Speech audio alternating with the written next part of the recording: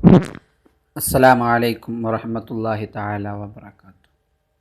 ബിസ്മില്ലാ വൽഹംദുലില്ലാഹ് വസ്സലാത്തു വസ്സലാമു അലാ അഷ്റഫിൽ മഖ്ലൂഖീൻ വഅലാ ആലിഹി വസഹ്ബിഹി അജ്മഈൻ അമ്മാ ബഅദ്. പ്രിയമുള്ള സുഹൃത്തുക്കളെ, ഇല്ലൽ ഹബീബ് വാട്സപ്പ് ഗ്രൂപ്പ് സംഘടിപ്പിക്കുന്ന റമദാൻ പഠനം റമദാൻ 7 നമ്മുടെ ഇന്നത്തെ വിഷയം മാതാപിതാക്കൾ നമ്മുടെ നിധികൾ എന്നുള്ളതാണ്. പ്രിയമുള്ള സുഹൃത്തുക്കളെ, വിശുദ്ധമായ ദീനുൽ ഇസ്ലാം വളരെ പ്രാധാന്യം കൽപ്പിക്കുന്ന ഒരു കാര്യമാണ് മാതാപിതാക്കളെ സേവിക്കുക, അവർക്ക് ഗുണം ചെയ്യുക തുടങ്ങിയ കാര്യങ്ങൾ. വിശുദ്ധമായ ഖുർആനിൽ അല്ലാഹു തആല പറയുന്നു, വഅബ്ദുല്ലാഹ വലാ തുശ്രികൂ ബിഹി വബിൽ വാലിദൈനി ഇഹ്സാന. വഅബ്ദുല്ലാഹ, നിങ്ങൾ അല്ലാഹുവിനെ ആരാധന ചെയ്യുക, വലാ തുശ്രികൂ ബിഹി, അവനിൽ നിങ്ങൾ ശിർക്ക് ചെയ്യരുത്, വബിൽ വാലിദൈനി ഇഹ്സാന, നിങ്ങൾ മാതാപിതാക്കൾക്ക് ഗുണം ചെയ്യുക. ചിന്തിച്ചു നോക്കൂ സുഹൃത്തുക്കളെ, ഒരു വിശ്വാസിയെ സംബന്ധിച്ചിടത്തോളം വളരെ പ്രധാനപ്പെട്ട 2 കാര്യങ്ങൾ: അല്ലാഹുവിനെ ആരാധന ചെയ്യുക, ശിർക്ക് ചെയ്യാതിരിക്കുക തുടങ്ങിയ 2 പ്രധാനപ്പെട്ട കാര്യങ്ങൾ പറഞ്ഞു കഴിഞ്ഞതിന് ശേഷം തൊട്ടുടനെ അല്ലാഹു തആല പറയുന്നു, വബിൽ വാലിദൈനി ഇഹ്സാന, നിങ്ങൾ നിങ്ങളുടെ മാതാപിതാക്കൾക്ക് ഗുണം ചെയ്യുക.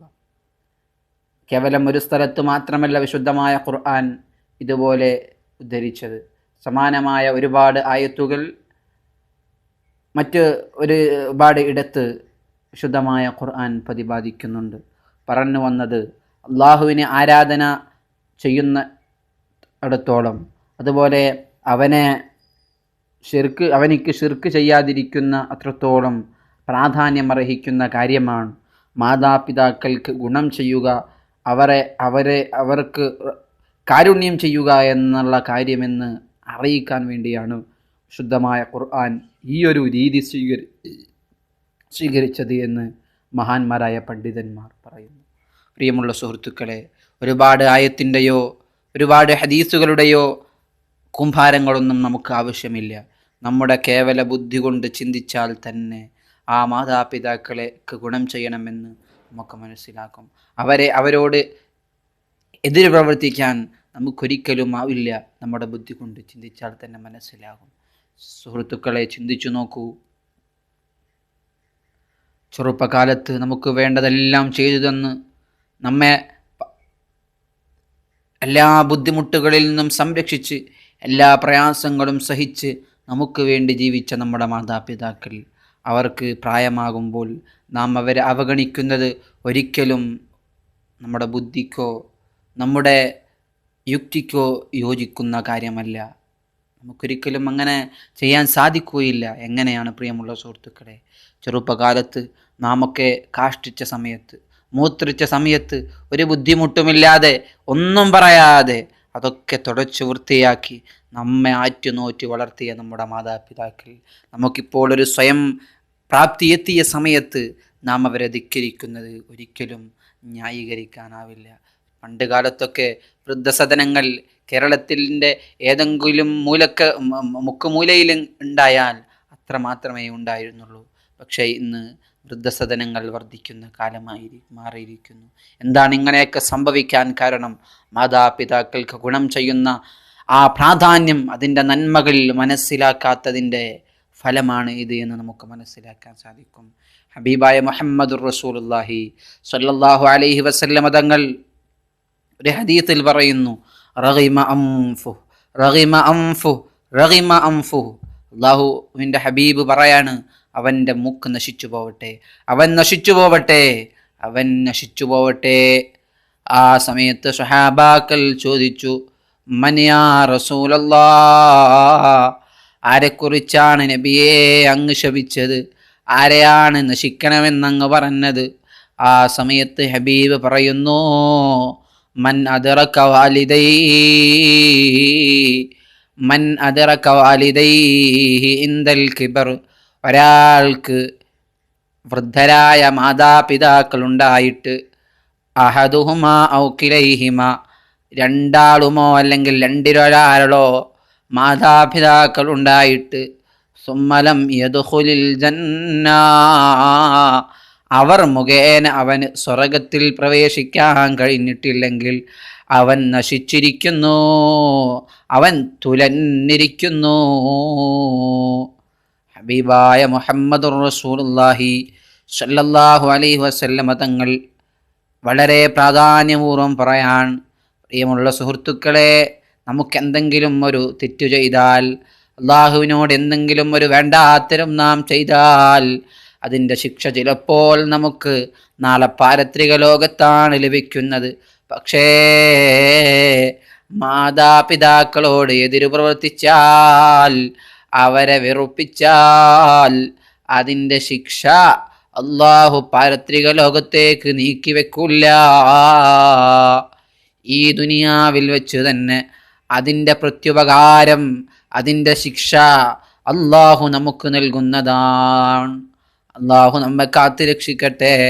മഹാനായ മുത്ത് മുഹമ്മദ് മുസ്തഫ സ്വല്ലല്ലാഹു അലൈഹി വസല്ലമ തങ്ങൾ ഇമാം ബുഖാരി ഉദ്ധരിച്ചൊരു ഹദീസിൽ പറയുന്നു, മൻ അർദാ വാലിദൈ, ആരെങ്കിലും തൻ്റെ മാതാപിതാക്കളെ തൃപ്തിപ്പെടുത്തിയാൽ, അവരെ സന്തോഷിപ്പിച്ചാൽ, ഫഖദ് അർളല്ലാഹ്, അവൻ അള്ളാഹുവിനെ തൃപ്തിപ്പെടുത്തിയിരിക്കുന്നു. വമൻ അസ്ഖത വാലിദൈഹി, ആരെങ്കിലും തൻ്റെ മാതാപിതാക്കളെ വെറുപ്പിച്ചാൽ, കോപിപ്പിച്ചാൽ, അവരോട് എതിര് പ്രവർത്തിച്ചാൽ, ഫഖദ് അസ്ഖതല്ലാഹ്, അവൻ അള്ളാഹുവിനെയും കോപിപ്പിച്ചിരിക്കുന്നു, അള്ളാഹുവിനെ ദേഷ്യം പിടിപ്പിച്ചിരിക്കുന്നു. മാതാപിതാക്കളെ തൃപ്തിപ്പെടുത്തിയാൽ അള്ളാഹുവിൻ്റെ തൃപ്തി നമുക്ക് ലഭിക്കുന്നു. അവരെ ദേഷ്യം പിടിപ്പിച്ചാൽ, അവരെ വെറുപ്പിച്ചാൽ അള്ളാഹുവിൻ്റെ വെറുപ്പിനും നാം പാത്രീഭവിക്കുന്നു. അള്ളാഹു നമ്മെ കാത്തുരക്ഷിക്കട്ടെ. ഒരാൾ വന്നുകൊണ്ട് മുത്തുനബിയുടെ സവിധത്തിലേക്ക് വന്ന് ചോദിക്കുന്നു, യാ റസൂലല്ലാഹ്, ഇന്നി അസ്തഹിൽ ജിഹാദ് വലാ അഖ്ദിറു അലൈഹി, അള്ളാഹുവിൻ്റെ ഹബീബേ, എനിക്ക് അള്ളാഹുവിൻ്റെ മാർഗത്തിൽ യുദ്ധം ചെയ്യാൻ വല്ലാത്ത കൊതിയുണ്ട്. പക്ഷേ വലാ അഖ്ദിറു അലൈഹി, എനിക്കതിന് ആഫിയത്തോ എനിക്കതിന് സാധിക്കുന്നില്ല നബിയേ. ആ സമയത്ത് അള്ളാഹുവിൻ്റെ ഹബീബ് പറയുന്നു, ഹൽ ബഖിയ മിൻ വാലിദൈക അഹദുൻ, എൻ്റെ മാതാപിതാക്കളിൽ നിന്ന് ആരെങ്കിലും ജീവിച്ചിരിപ്പുണ്ടോ? ആ സമയത്ത് ആ മനുഷ്യൻ പറയുന്നു, ഉമ്മി, എൻ്റെ ഉമ്മ ജീവിച്ചിരിക്കുന്നു നബിയേ.